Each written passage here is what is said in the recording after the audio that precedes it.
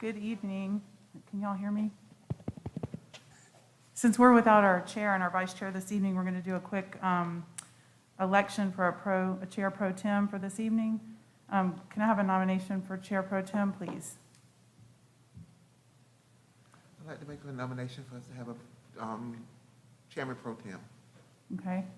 And Ms. Davis has agreed to do that. Would you like to nominate Ms. Davis? I'd like to nominate Ms. Davis for the Can I get chairman a- pro tem. Thank you. Can I get a second? Second. All in favor? Aye. Thank you.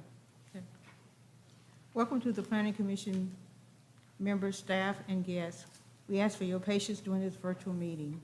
Multiple staff members are behind the scenes with us today, and they are Lucinda Slater, Planning Administration, Rachel Bailey, Zoning Administrator, Jonathan Chambers, Land Development Administrator, Andrew Livingood, Annexation Coordinator. During the meeting, you will see live images or still images of Planning Commission members and the administrator. However, images of the applicant and public will not be visible. In addition to watching the meeting virtually, the public will be able to participate via several methods: email, phone, log into a web session, or participate in person.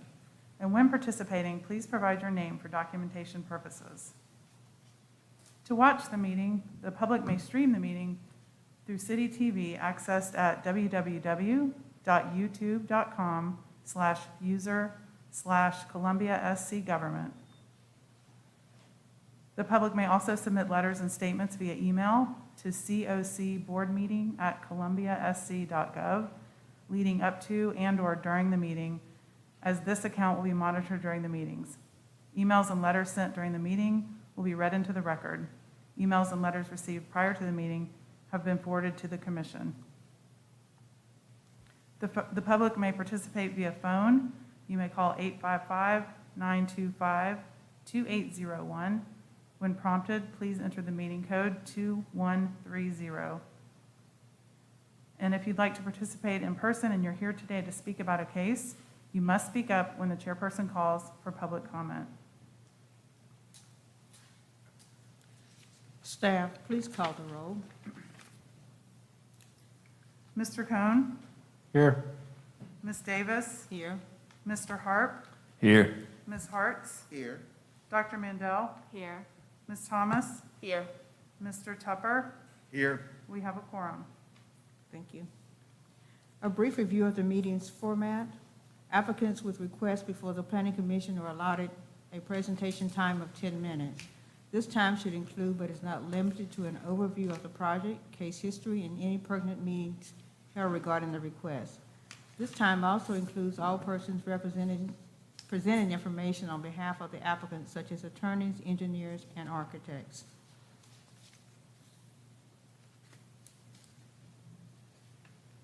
This time is limited but not including any questions asked by the Planning Commission or staff regarding the request. Members of the general public are given the opportunity to address their concerns in intervals of 2 minutes. The administrator has a timer and will make presenters aware of when their time has expired. The Planning Commission reserves the right to amend these procedures on a case-by-case basis. The Planning Commission uses a consent agenda to approve the non-controversial or routine matters by a single motion and vote. Examples of such items include approval of site plans, annexations, and street names.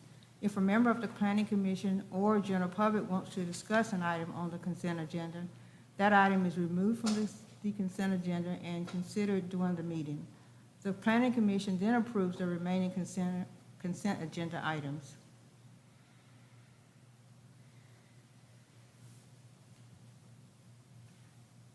Are there any changes to the published agenda for this evening?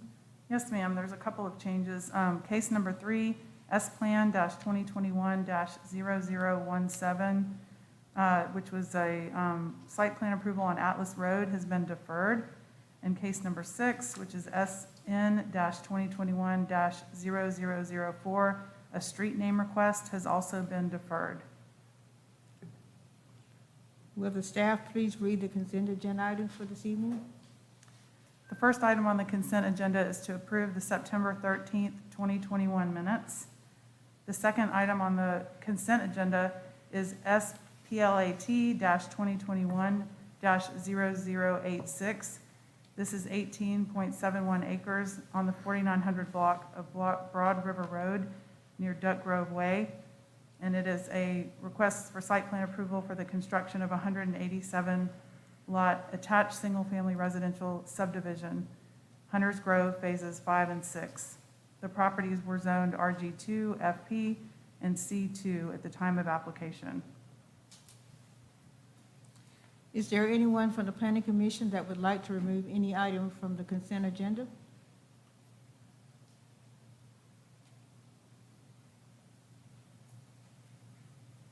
Is there anyone from the public, either in person or virtually, that would like to have an item removed from the consent agenda? When participating, please provide your name for the minutes. Please communicate by sending an email to cocboardmeeting@columbiasc.gov. Please communicate via phone by pressing *2 to leave a voicemail or *3 to speak in person. We will pause to allow communications from the public. The phone number is 855-925-2801, and the meeting code is 2130.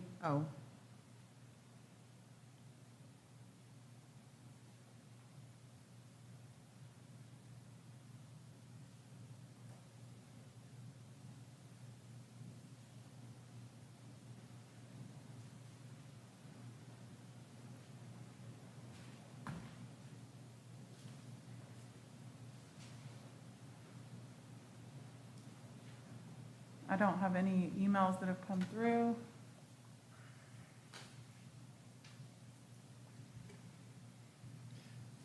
I do want to wait a few more seconds to let the video catch up. Okay, thank you.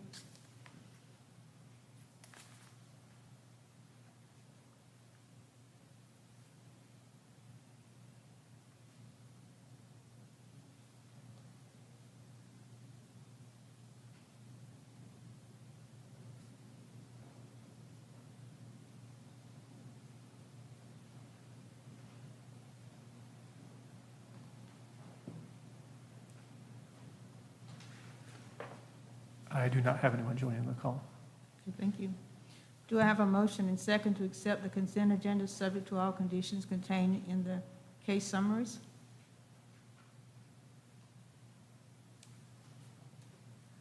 Mrs. Chair, I make a motion that we accept the consent agenda. Is there a second? Second. Any further discussions?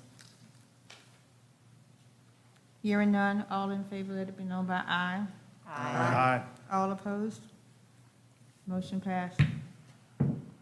The Planning Commission will now move forward with those items on the regular agenda. We will use the following outline for regular agenda items.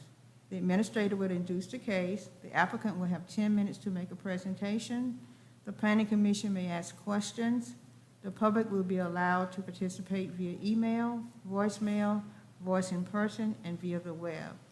Planning Commission may ask additional questions of the applicant, and then we'll have action by the Planning Committee.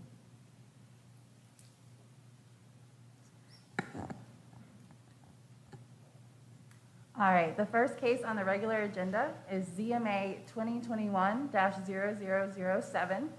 This is a request for a major amendment to the Harbison Plan Development District. This is for a 14.4 acre parcel, or two parcels that are at the corner of Piney Woods Road and Broad River Road, to amend the land use of the parcels on the general land use development plan from unassigned reserved to residential. And I believe the applicant's present if they want to come up and answer any commission questions. Is the applicant here? Would you like to present or add anything to the Well, I'm case? Kimberly with Civil Engineering of Columbia. This is Philip. He is with the applicant, Mungo Homes. Oh, sorry, Great Southern. Sorry. I don't think there's anything we want to add to this at this time. The main things are actually with the sketch plan. Okay. Does the planning committee have any follow-up questions for the applicant or staff at this time?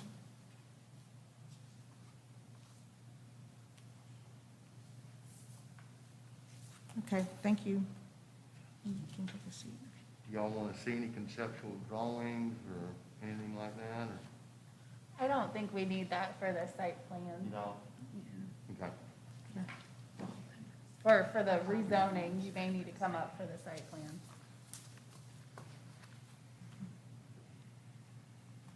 We encourage those who'd like to make a comment via email or the web to begin sending in letters and emails. Emails is to cocboardmeetings@columbiasc.gov or on the web at https://publicinput.com/cocpc-October 2021. For those wanting to leave a voicemail or speak live, call 855-925-2801. When prompted, please enter the meeting code of 2130. Then press *2 to leave a voicemail or press *3 to speak live. Be sure your computer audio is off to avoid any feedback. First, we'll hear from the audience. If anyone would like to speak, please keep your comments to 2 minutes. You may come to the podium. Hi, my name is Cynthia Tebow, and I'm a resident in Harbison, actually a very long-time resident.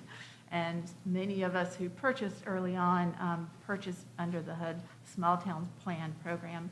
And this site that we're talking about right now was marketed in several different ways as green spaces. So I bought my home a few cul-de-sacs down from there, thinking that would be recreational or walkways or things. We've challenged that several times earlier with Richland zoning before this was annexed into the city. And so our Developmental Design Review Committee, I know Ozzie Nagler is the chair, and I've had a long conversation with him. I know they've already given conceptual approval for this. I just simply want to say as a resident that if we change this after all these years, I've been in Harbison over 40 years, that we really need to do that with the spirit of the small towns programs, with looking at the fact that there are 2 adjoining neighborhoods, and that we look at that in a way so that the house sizes, the lot sizes, and the care to the environment is taken as if it were in the original plan as residential things. And then when the site plan in number 5 is presented, I have 2 specific concerns I'd like to address on that. Thank you for your time. Thank you. Yes, sir, you may come forward. Hello, I'm Andy Kushlak. I'm also a longtime resident of the Harbison area. I appreciate our rec center and everything. But again, we're starting to kill too many trees. Trees have never hurt anybody, as far as I know. But we always want to develop. Money is an issue everywhere, but I don't think building 70 houses in 14 acres is the solution to this problem. And we snuck it under us, everybody at Harbison. I walked the area along Forest Edge Road where it would butt up against the exit for this new housing area. And everybody was ready to sign a petition and get this out of here. I hate to say I agree with them, but I was just informing them. I told them, I'm just here, the bearer of information, because if you saw the signs, it was about this big and micro printed, so it's on a bad road to stop in and get out and look. So I was, like I say, just a bearer of bad news. Okay, thank you. Okay, thank you, sir. You may come forward, ma'am.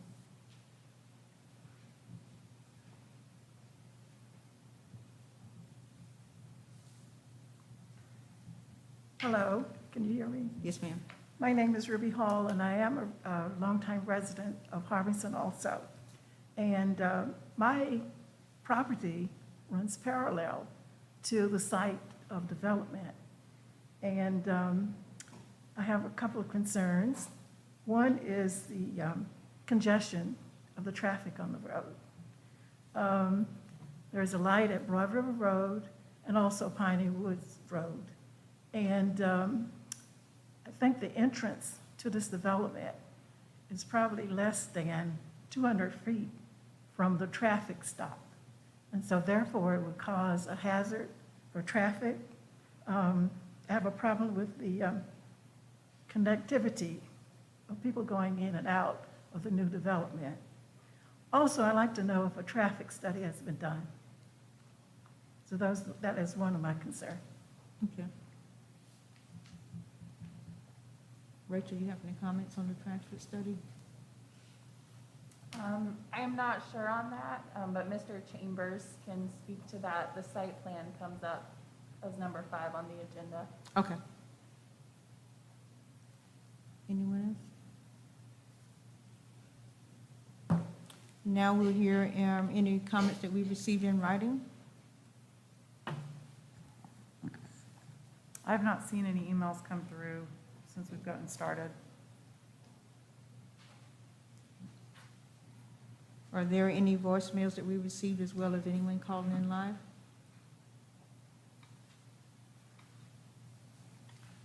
I do not have any callers. I just want to comment, it seems like the zoning and the site plan are pretty linked. Is there some way before we vote on the zoning that we could hear the site plan? I mean, I know they're separate, but if we rezone, then, I mean, I don't know if anyone else feels that way, but it seems like that, I kind of would like to hear from the developer about the site plan, and there's several questions and people who want to address it before we vote on the zoning. We could hear from the site plan and then vote on the zoning and then vote on the site plans? Is that possible? The rezoning is actually not project specific, so I know the site plan is on the agenda, but the rezoning is just a recommendation and it does go to council, but it's just for residential. By any action on the rezoning, it's not locking into the site plan. So I just want to make sure that's clear as well. What's the density for the rezoning, just for that amount of property? What would the maximum be? 12 to 18 dwelling units per acre. It would be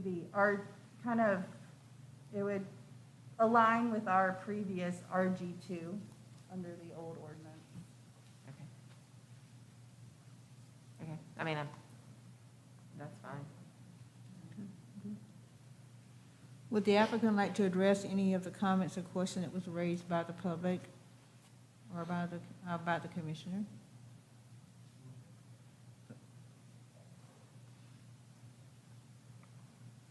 Okay, I'll address the traffic study question now. I guess it would be more appropriate if we were able to do the sketch plan first. But we are and have been in contact with DOT. They have seen the sketch plan, and we have talked to them about the entrances and the options. At some point, they will require a traffic impact study, but they have not had any issues with what we've presented to them so far. All right, thank you. Are there any other follow-up questions from the planning commissioner? I had a question about it. Do we know the zoning around the area? Is that shown? I didn't see that.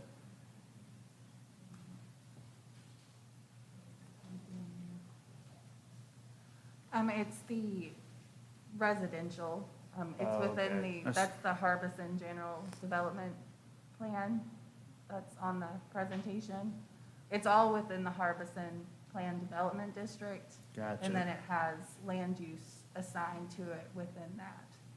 So currently, the parcels are zoned as unassigned, reserved, and they're the orange with the star. And then if they get the major change to the PUD or the plan development, it would become the residential 12 to 18 dwelling units per acre.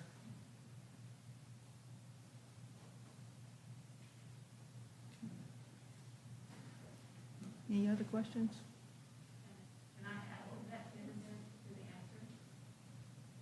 Can you allow that? Yes, ma'am.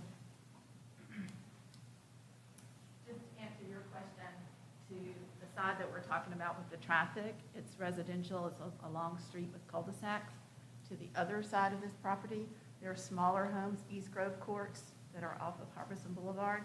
And then to the back of this property is the Harbison Rec Center and recreational fields. Broad River borders the front. Does that help? A little bit. Thank you.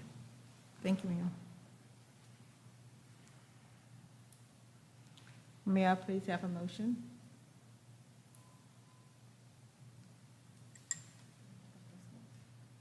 Oh,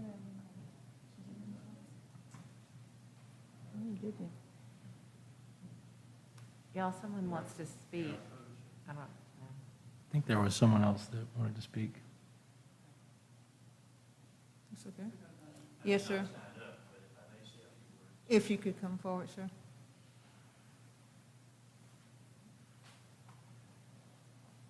Thank you again. I apologize. I did not plan on speaking, but I may be able to clarify a few items. My name is Dave Grove, and I'm the Executive Director of Harbison. The issue here from our association, I think we feel that sometime in our lifetime, that 14.1 acre will be developed. You know, it's yeah, we'd all like to see it stay as a green space, trees and all that, but realistically, somewhere in the future, it'll be developed. The residential people are very well known. There's no question about Southern Homes. The issue that these people are concerned about is the exit. The traffic exit will be directly across the road from Forest Edge. If you're familiar with Broad River, if you turn left if you're coming toward Costco or going from Costco, you leave Broad River, you're going downhill, and Forest Edge is probably 200 or 300 yards away. So you're going to have traffic going downhill. Meanwhile, you've got Forest Edge coming this way, and you're going to have the residential development coming this way. It's an accident waiting to happen. There is a huge amount of traffic. And if you don't believe they're speeding, we live there. We see it every day. They speed. By the time they leave Broad River and they're headed toward Costco, they're probably headed about 50 miles an hour. So you interject another residential area, an exit, and you're going to have a traffic congestion. To my knowledge, there's no suicide lane, pardon the expression. There's no third lane there for people to pull into. So it appears that the developer has an option of having an exit or entrance off of Broad River or on Piney Woods. These people here would prefer that the entrance or exit be on Broad River. Again, Piney Woods right now is a 2-lane highway. If you're familiar, and please, most of us have traveled that, and we live there, we see it every day. There is speeding. So if you're going downhill toward Costco from Broad River, you're going to go maybe 100 yards or so, oops, there is Forest Edge. So you're going to have 74 homes, maybe 2 vehicles per home or more. So you're going to have people coming right there, and it's going to be, again, an accident waiting to happen. The other issue that is kind of personal, I think, with all of us, apparently the regulations stipulate that all you have to do is give us notice of about 10 days. As Andy said here, the announcements were posted on Broad River. The little announcement was about the size of a postcard. So we had to actually get down basically on our knees and take a photograph of it to find out when the hearing was going to be held. So these people here only had about 5 days to notify us of this hearing. There's only 2 people here, 3 people representing the neighbors, but they're very emotional about this. And I think all of them realize that at one point or another, it's going to be developed. But the traffic entrance and exit is a major, major problem. If it's not addressed now, again, it's going to be an accident there. So the option appears to be you have an entrance on Broad River or you have it on Piney Woods. They all prefer that it be on Broad River and not on Piney Woods. But in terms of the residential area, yes, we have residential sub-associations all around that area, and our recreational center is right behind it. So you've got 14 acres from Broad River, and our ball field is right behind it. It's a beautiful place. It'll be developed someday, But I urge you to give serious consideration to the site plan where the traffic entrance right now is proposed to be directly across the road from Forest Edge. And again, that's going to be a major issue, a major issue. Thank you very much. I appreciate it. Thank you, sir. Thank you. Have we, So, and I just want to clarify again, the matter before you all right now is just the major amendment for the land use. The site plan is a different matter. okay. Any other public comments via letters or email?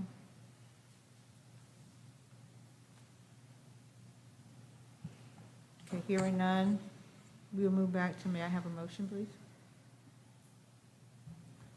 Make a motion to approve the rezoning of Broad River Road, TMS 05013. May I have a second? Is there any further discussion?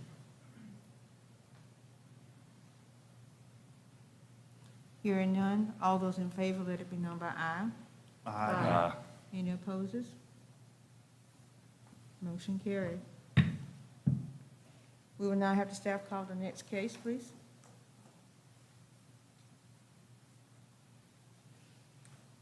The next case is a site plan approval for 14.4 acres at the southwest corner of Broad River Road and Piney Woods Road. And Jonathan's going to present the site plan case.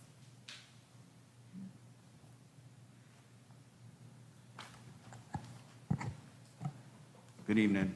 This is again, a site plan approval for 14.4 acres, the southwest corner of Broad River Road and Piney Woods Road.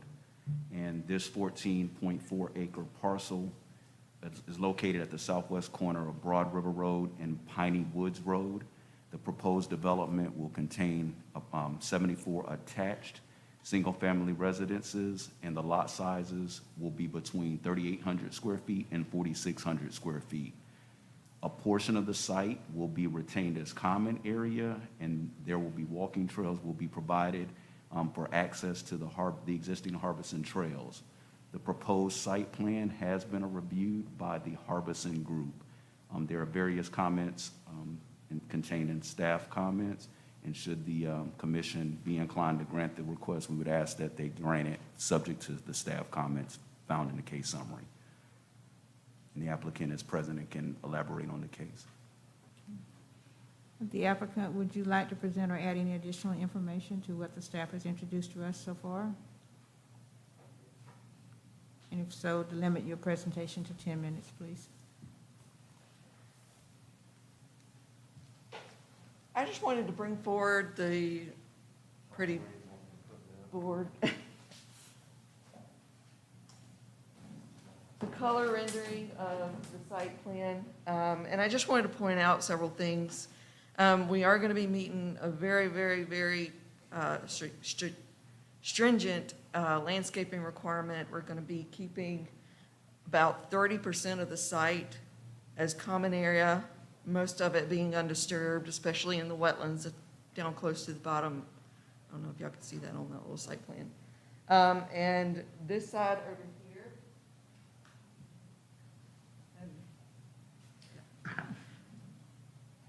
it's to the left on your screen.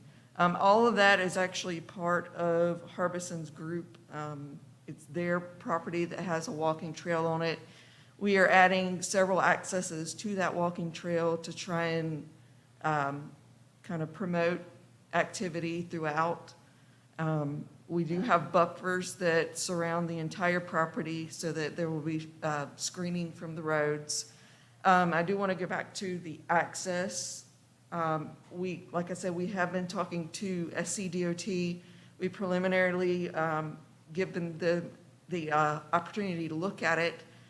Of course, before they give any approvals, I just want to let you know that they do require us to do a traffic impact plan. They have no issues with us accessing off of Piney Woods, but they are going to look at all the traffic out there. If they think it's going to be better for us to do it off of Broad River, we can move the access to there. But they will probably make us do some mitigations there too to help with the traffic. So I just wanted to let you know to keep that in mind as well. Does the planning commission have any follow-up questions for the staff or for the applicant? I have a question for the applicant. Is Piney Woods Road, is that a DOT road or is that a county or? It is a DOT road. It is, okay. Both are DOT. So that curb cut or access ultimately is subject to their approval? Yes, yes, DOT has to approve it either way. Okay. Were there any plans or attempts as far as trying to access Broad River? Or has it always been the intent We have to? looked at Broad River. DOT didn't like that one very much. They prefer us actually to go on Piney Woods.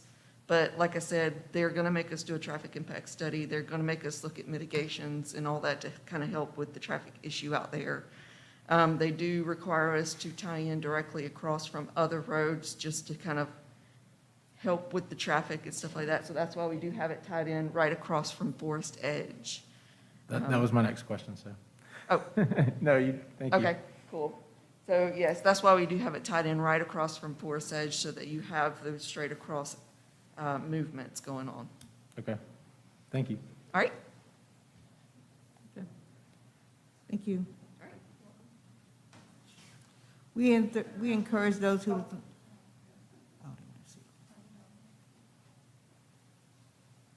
we encourage those who would like a comment via email or the web to begin sending in letters and emails. Emails are to be sent to cocboardmeeting@columbiasc.gov or on the web at https://publicinput.com/cocpc-October 2021. For those waiting to leave a voicemail or to speak live, call 855-925-2801. When prompted, enter the meeting code of 2130. Then press *2 or to leave a voicemail, or press *3 to speak live. Please be sure that your computer audio is off to avoid any feedback. First, we will hear from anyone in the audience who would like to speak on this matter. Kim Portman.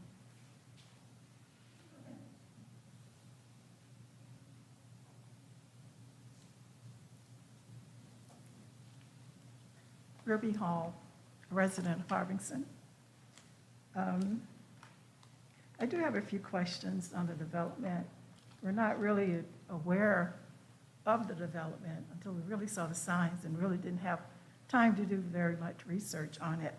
But these are my questions. Number one, what type of material will be used for construction? What is the price range? What is the square footage of the units? Are these rentals or rent to buy? Are the townhouses rear loaded or front loaded? Are there any federal or special financing? For an example, Section 8, et cetera. What type of lighting will be used? Upward or downward, and the type of lighting? Is it LED? Or will there be dumpsters or rolling bins? Is the sewer capacity sufficient for the size of the development? Will there be suitable amount of parking? Will it be parallel or on-street parking? Will there be underground or retention pond? Are there any protected streams nearby? Will there be any impacts to stormwater runoff? Will there be any trees saved? Will there be a playground or dog park? Well, how much green space is included? Also, what impact on the schools will it have? Will it be overcrowding? And what schools will be impacted? Will there be tree conservation? Will the sidewalks be safe for children? Can a fire truck or a school bus turn around or enter the exit or entrance of the development? And the buffers, what is the size of the buffers in the plan? And will it be graded or undisturbed? I would request if you're going to do a buffer, it'd be at least 50 feet. Thank you. Thank you.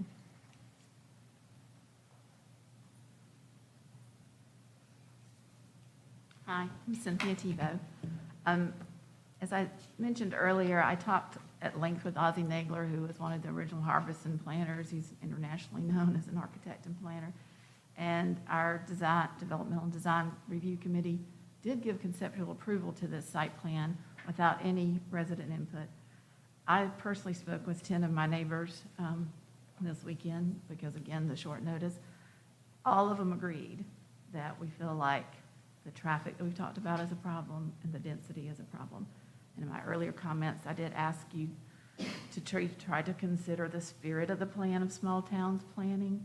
And as I described, our neighborhood, which is off Forest Edge Road, is the neighborhood that's going to be negatively impacted. Ours are larger houses with larger lots and garages. The other neighborhood that borders this side are all the East Courts, East Grove, East Pine.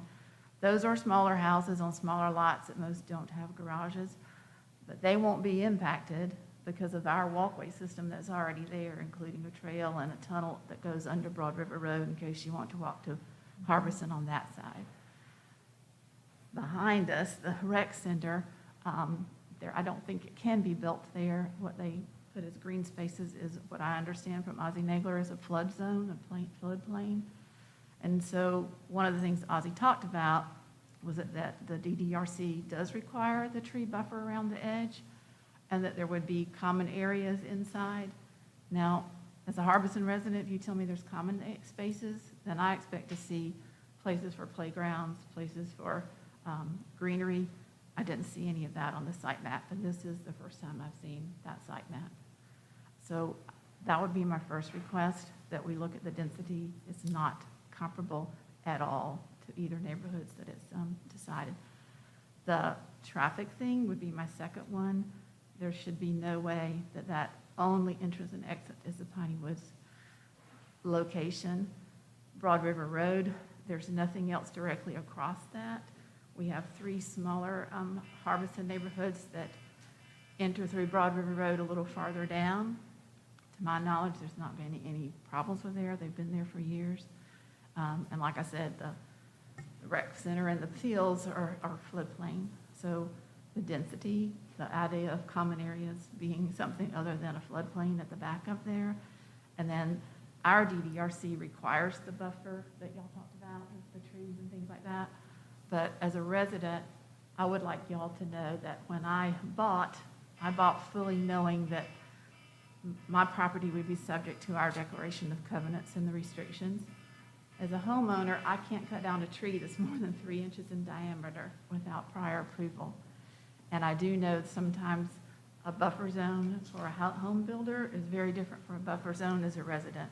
And sometimes those mature trees get cut down and there's no way to put them back. And so that is something I feel like needs to be stringent because our community, that's one of the things that a lot of us bought there because we weren't a clear cut and then put in the small trees from Lowe's kind of community. We have mature trees and that's, I think, is one of our aspects there. So I really appreciate your time. I would ask you to think about the impact on people. Even Ozzie Nagler said that Piney Woods has the capacity for those additional cars. We're not just looking at numbers here. We're looking at quality of neighborhoods.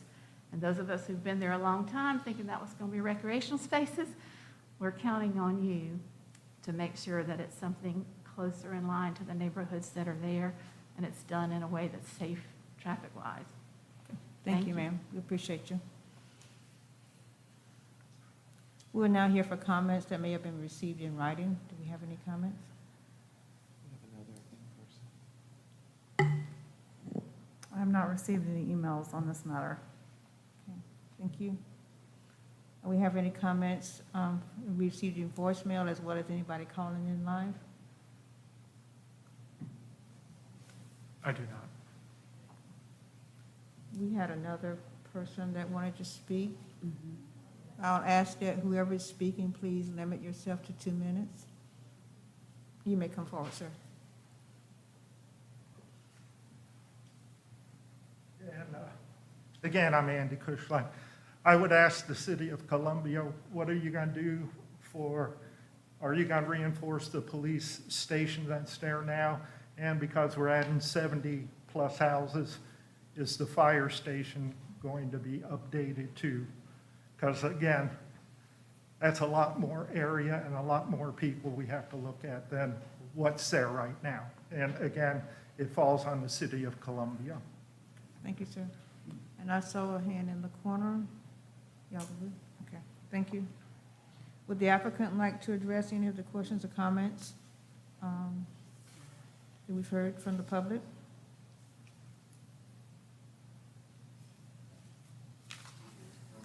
No? Okay. Are there any follow-up questions from the commissioner, planning commission?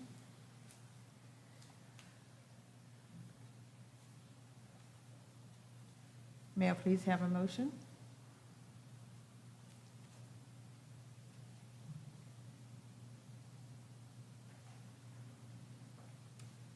I'll take a shot at this, and I would like to say that I'm grateful for everyone that came and spoke on behalf of this. I know these impact people, and we're not making light of that, but I think a lot of what I heard are either items that don't fall under our purview or like the traffic or things like that. They will get addressed with the DOT under a pretty tight rope. So just rest assured, some of those concerns don't just stop here.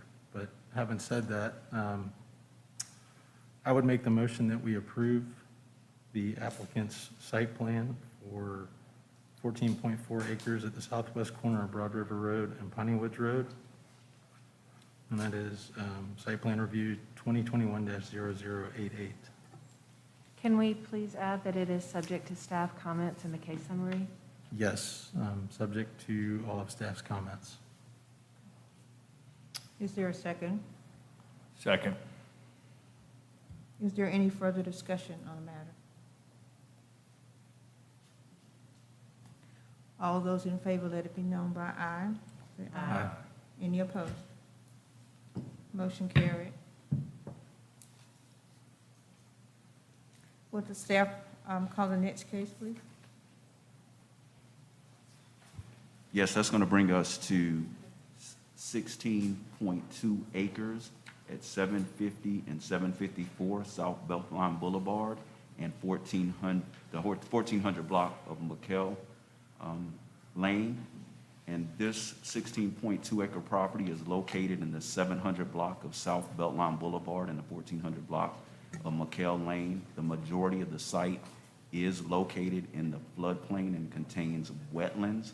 This development will be clustered on 4.2 acre portion of the site, and the remaining portion of the site will be undisturbed and retained as open space.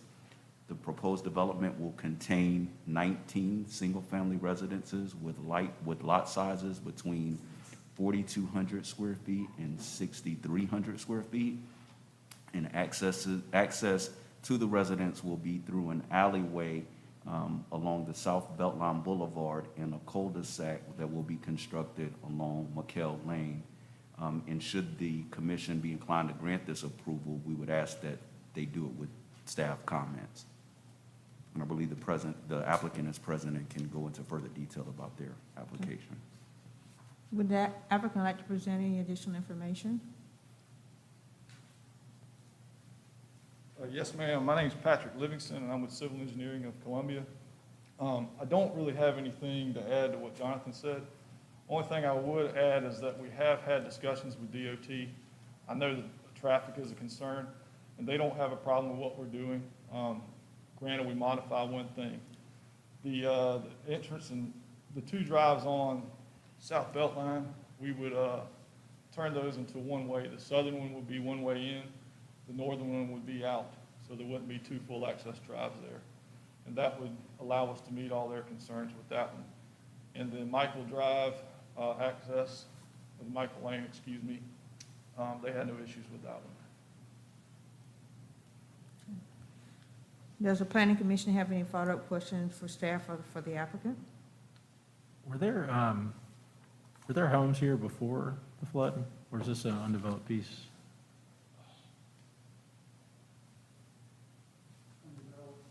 Undeveloped as far Okay. as I'm aware.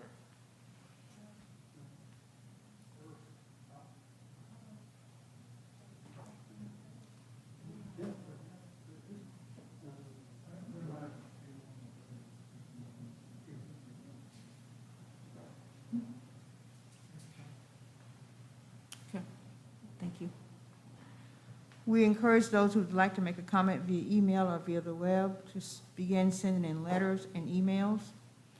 Emails may be sent to cocoboardmeeting@columbiasc.gov or on the web at https://publicinput.com/cocpc-October 2021.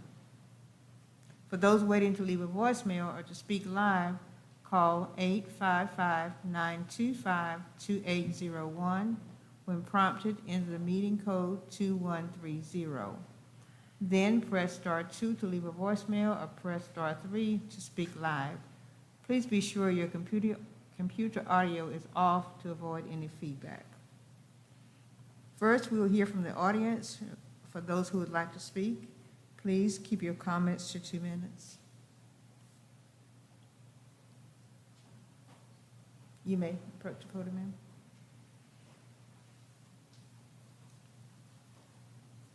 I'll go first. Okay. Break the ice. My name's Nan Trout. I'm here with my mother, Linda Epting. I'm in the adjacent property as you're looking towards it from the road on the right-hand side. We own those 4 lots there for over 70 years.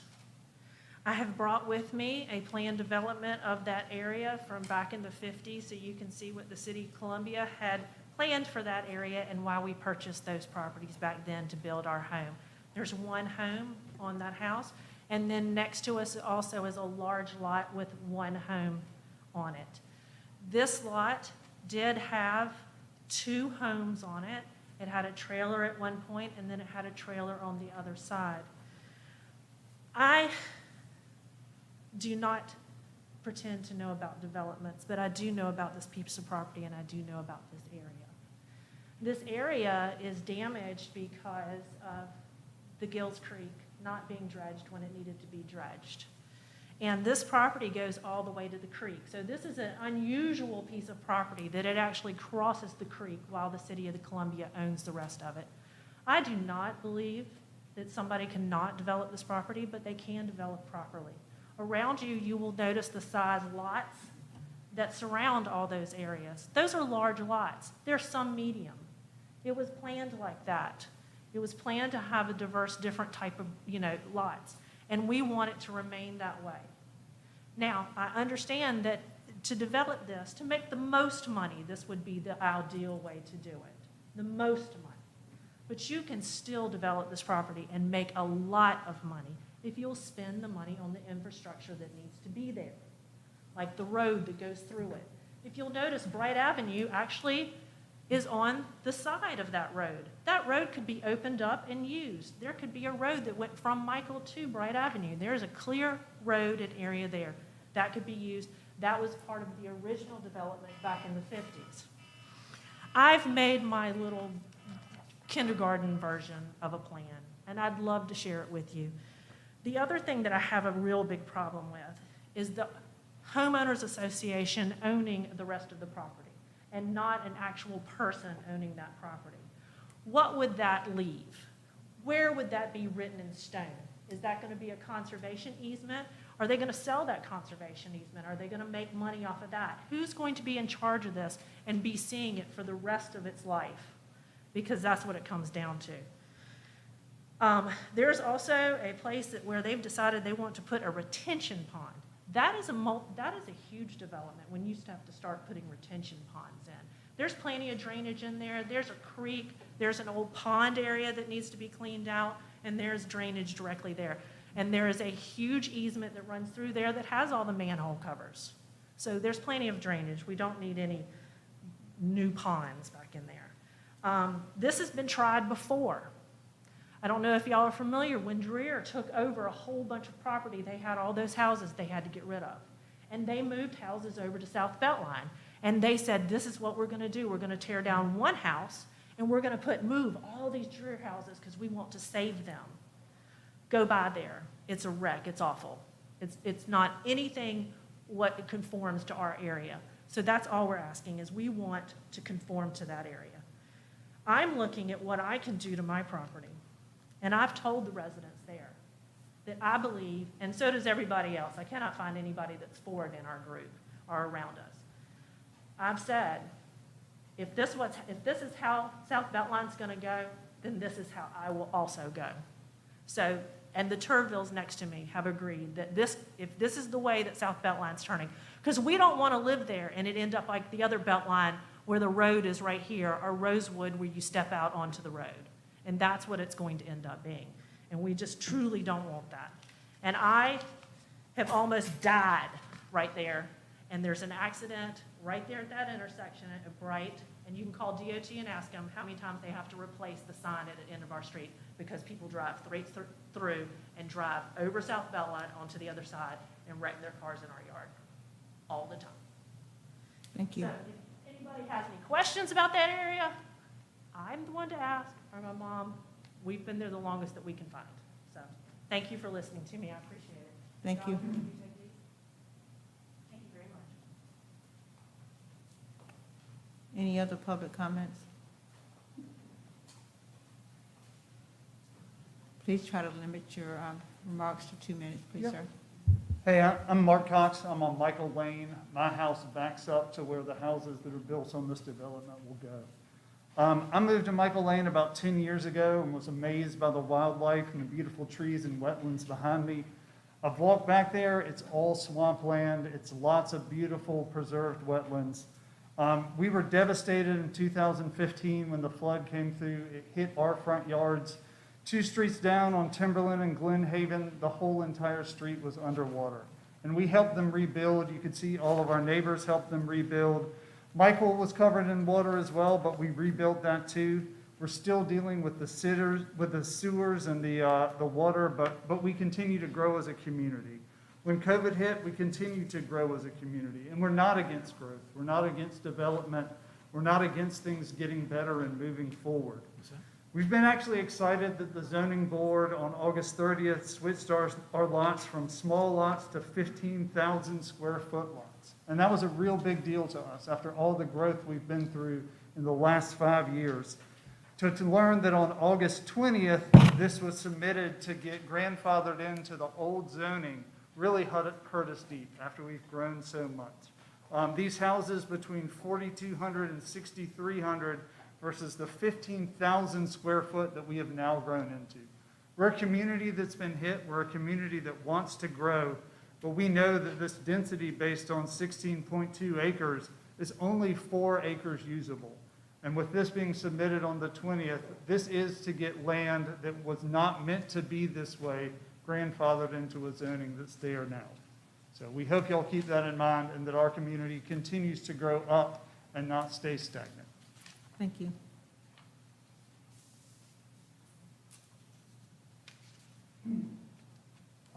Good evening. Good evening. My name is Dolores Gliff, and I also reside on Michael Lane and have lived there for 20-plus years. And like Mr. Cox said, that area is not designed for a lot of multi-units, family units, to be stuck in this little 4.2-acre plot. And on that little street, it's a very small, narrow street.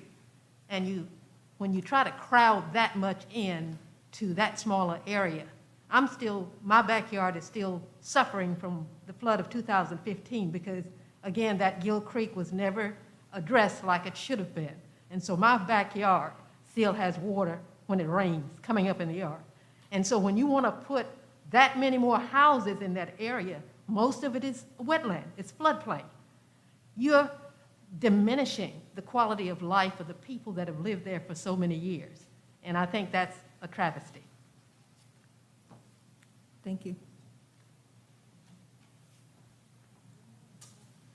Yes, ma'am, you may come forward.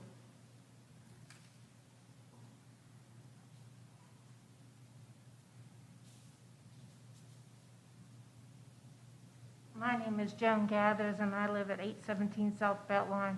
I've been there for 20 years. The reason we bought where we were up on that, we live up on a hill, thank goodness, because South Beltline floods all the time, so down below us is flooding all the time. We bought because the lot was large.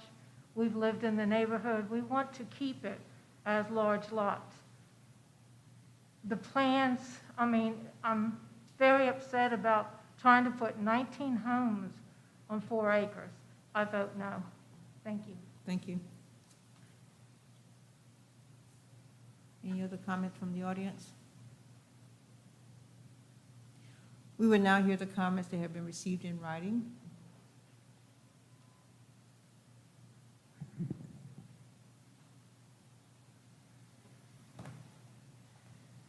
We've not received any emails at this time. We will now hear any voicemails received as well as those calling in live.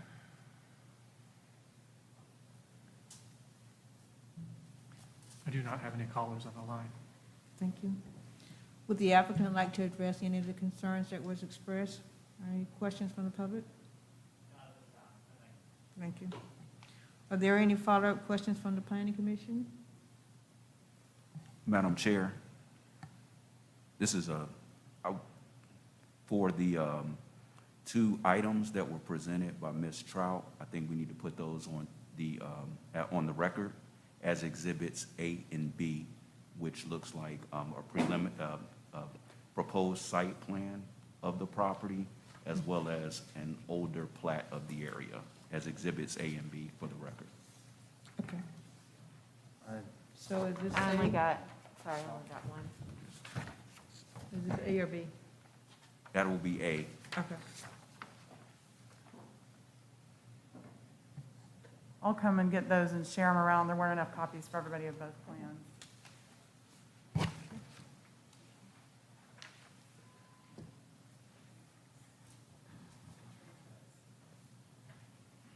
You can borrow these if you need to.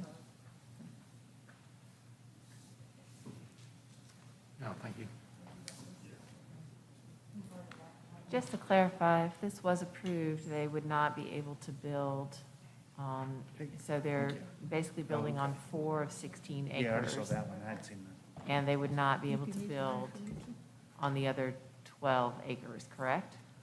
Under any, I mean, this is, With their application is for cluster housing, which the site in total is, I think, 16.2. They're essentially only developing 4 acres of the 16. right, but But the other portions of the site are within the floodplain and in wetlands. so they can't build theirs, correct? Highly unlikely that they would be able to build in that area. Okay. Of that, I guess, entire acres, what is that buildable? Are you using, I guess, the whole buildable? Are you jamming it all on the what you got? Okay.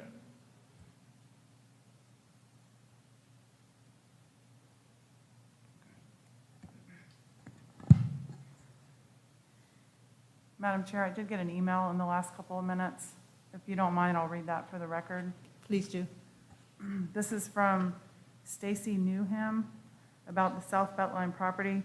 It says, "I'm concerned about the lack of landscaping / removal of all those trees. Isn't the federal government trying to get $3 billion for tree equity?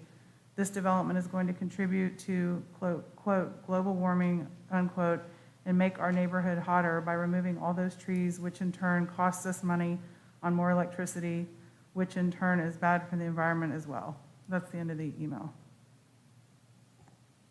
Thank you.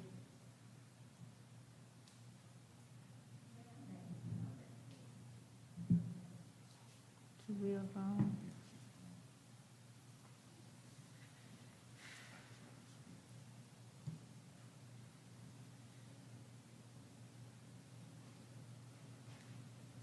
only an antidote of what happened in my yard. I had a lady come up to me. Excuse me, and ma'am, say- can you state your name for the record? I'm Linda Epting, and I live on South Carolina. Thank you. But the lady that drove into my yard had been on a tour of gardens. And she looked around my yard and she said, I think I have died and gone to heaven. You're taking that away from us if you let this go through. I heard you and wanted to comment about the Harbison thing. I read about that many years ago. It was a division that was planned to have a lot of out space for people to enjoy, as I enjoy in my yard. I have 6 acres. It's mostly woods now. My husband took care of it, and it was a beautiful garden when the lady saw it. But it's still very precious because we have deer coming into our yard and eating things. Sometimes I wish they would leave some of those things alone, but it is a blessing to have those deer come to me. You just can't imagine the way it makes me feel. But think about that when you consider our area. There are not many places like that left in Columbia. And let us enjoy what we have as long as we can. Thank you. Thank you. Would the applicant like to address any comments or questions made by the public? Okay.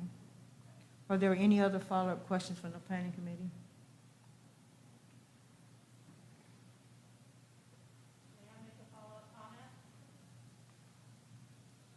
Staff, can we allow that now?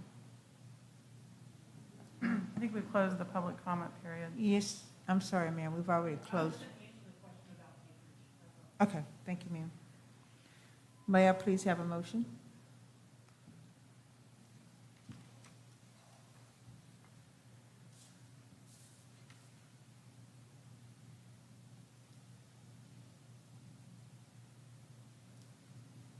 May I please have a motion?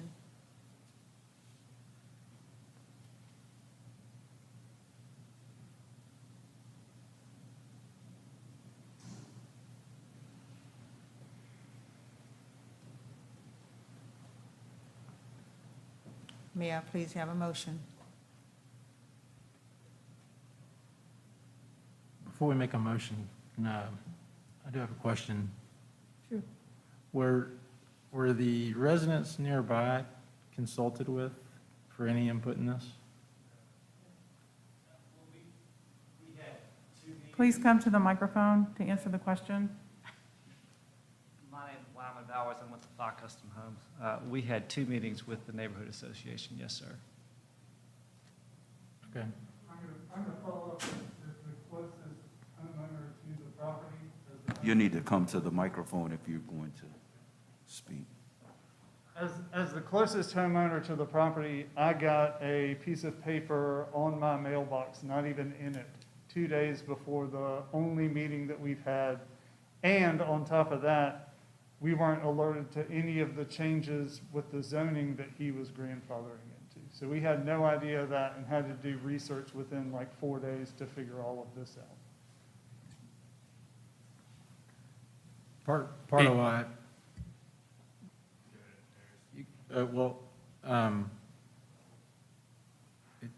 It just seems like, I think, personally, I like the spirit of the plan. It just seems like there's some valid concerns that maybe could be worked out. And I don't know if you're up against a time frame in this, but that's just, I can appreciate both sides of this. If he doesn't get this path, then it becomes large lot zoning. He said in the meeting. We can't have any testimony from the audience. They need to make that on the record at the Okay. podium. That's what I thought. So I just want to make sure I understood that correctly. Thank you.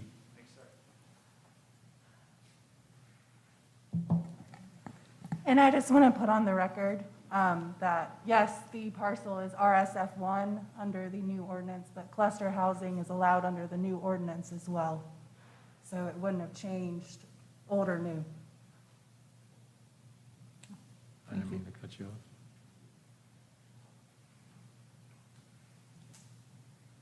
I guess my question, again, sorry to bring it back up, but was there any other look at interconnectivity with this layout versus the alleyway? You know, did you look at that through DOT? What was their suggestions? I mean, I hate to keep bringing this back up, but that's the one thing that bothers me is driving down South Beltline is that alleyway. And I get it's one way, and that's a good thought process through it, but just wanted to pose the question. Yes, sir.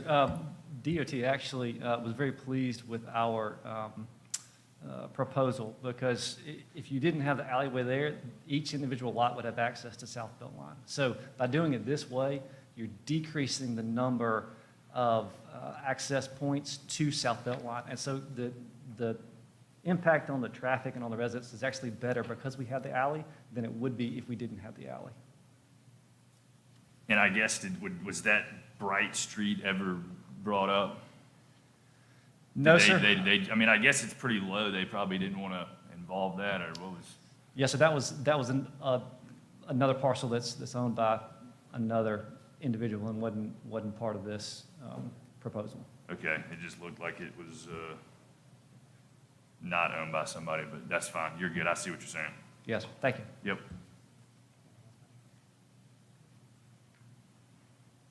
Can you put the site plan back up on the screen? Just-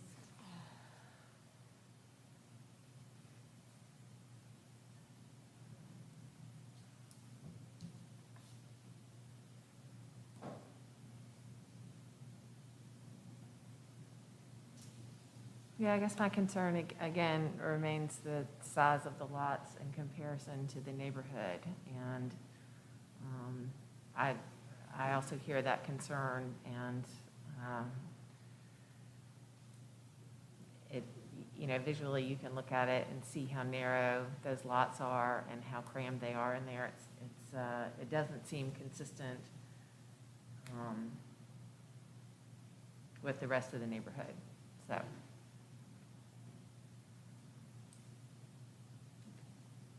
Thank you for Thank showing you. that. Well, may I please have a motion?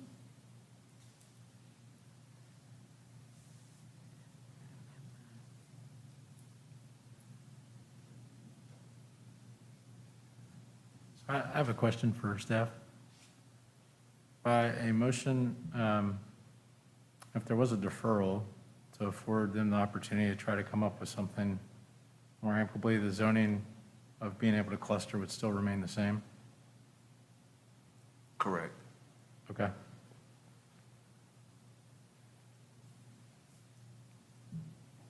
Given that, I would make the motion to defer the case 1 month, just to try to afford the opportunity for different concerns to be heard.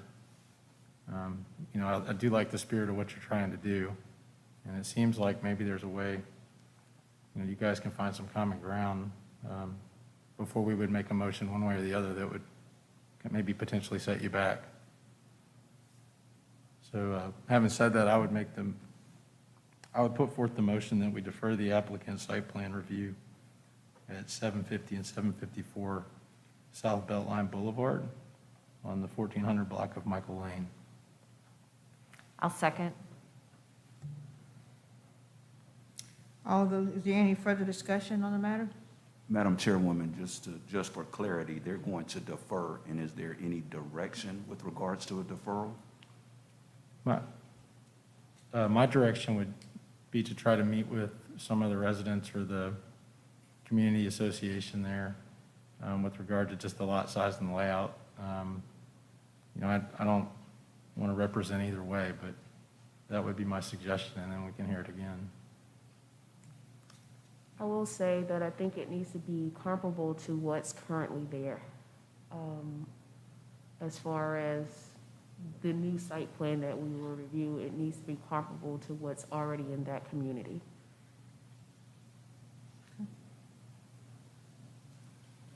I will just add that I do believe that this kind of property should be developed, honestly, and so I'm not against development philosophically on this property. My concern is the lot size.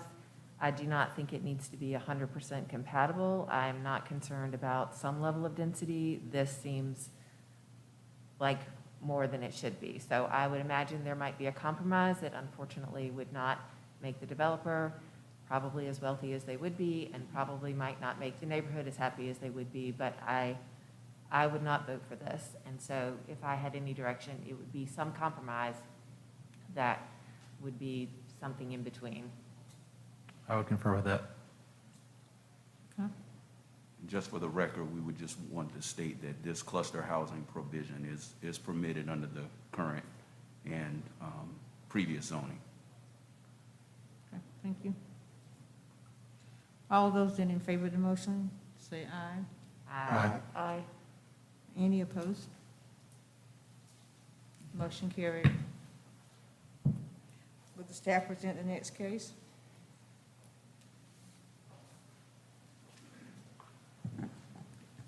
The next case is amendments to the text of Chapter 17 of the Columbia Code of Ordinances entitled the Unified Development Ordinance of the City of Columbia, South Carolina. And Rachel's going to walk you through those changes. Yes, so as we expected, once the ordinance took effect and we started looking at projects under the new ordinance, we came across some elements that we could clarify and streamline, and we also came across some omissions that we needed to correct. I will run through these just very quickly for the record. In Article 2, we are just clarifying certain rezoning and site improvement definitions, as well as adding in the Bailey bill, because we had left that out. Article 3, just some setback tweaks. Article 4, just clarifying where certain uses can be located. As you all know, we drafted the text before we mapped the city, so now we're figuring out that certain uses should actually be permitted in certain districts. So those changes. Article 5, we cleaned up bicycle parking. We realized we were requiring too many bicycle parking spaces. So we made it meet more to current development and current needs throughout the city, as well as some just corrections in landscaping and to make it more user-friendly in the landscaping section. And then Article 7, we clarified just the non-conforming certificate process. In Article 9, we added in some more definitions. Our goal with the code was to define as much as we could to make it more user-friendly, so just adding more definitions. And then we just updated the table of landmarks that were in the back of the code to just make sure they meet all of the landmarks currently on the record. So, but I'm happy to answer any questions if you all have any about any of those amendments. Does the planning commission have any questions for, follow-up questions for staff?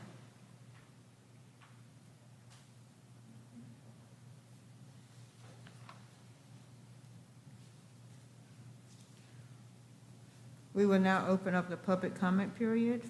We encourage those who would like to comment via email or via the web to begin sending in their letters and emails.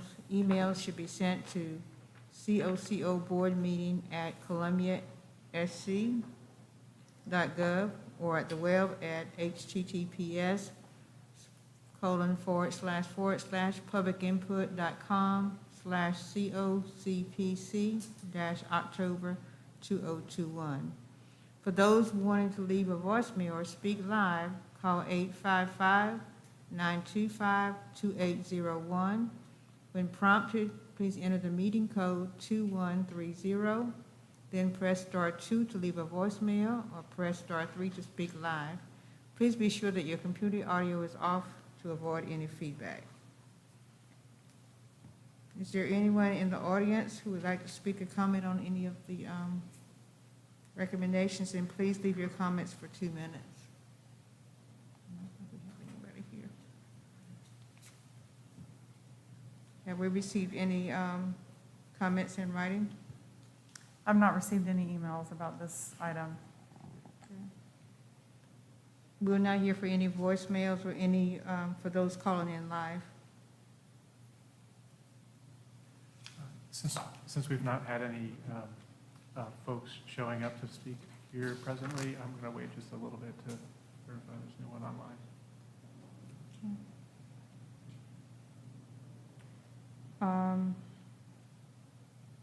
This one don't seem, would you like to address any comments or any questions that we have, Rachel?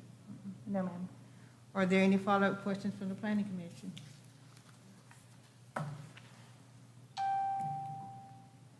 May I please have a motion?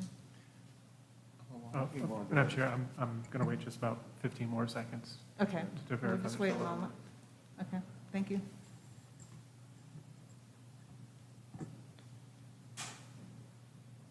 I appreciate the edits, actually. I mean, I'm glad, I mean, I think that should be the attitude. It was a giant document, and to believe that you would get it 100% correct the first time.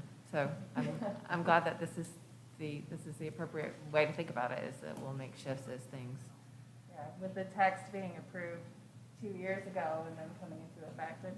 Absolutely. No, I do not have any callers. Okay, thank you. Are there any other follow-up questions from the planning commission?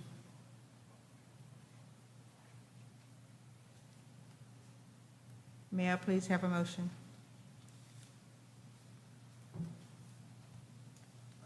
Madam Chair, I move that we approve staff recommendations for amendments to the planning document, the city planning document, and that's it. May I have a second? Second. Is there any further discussion?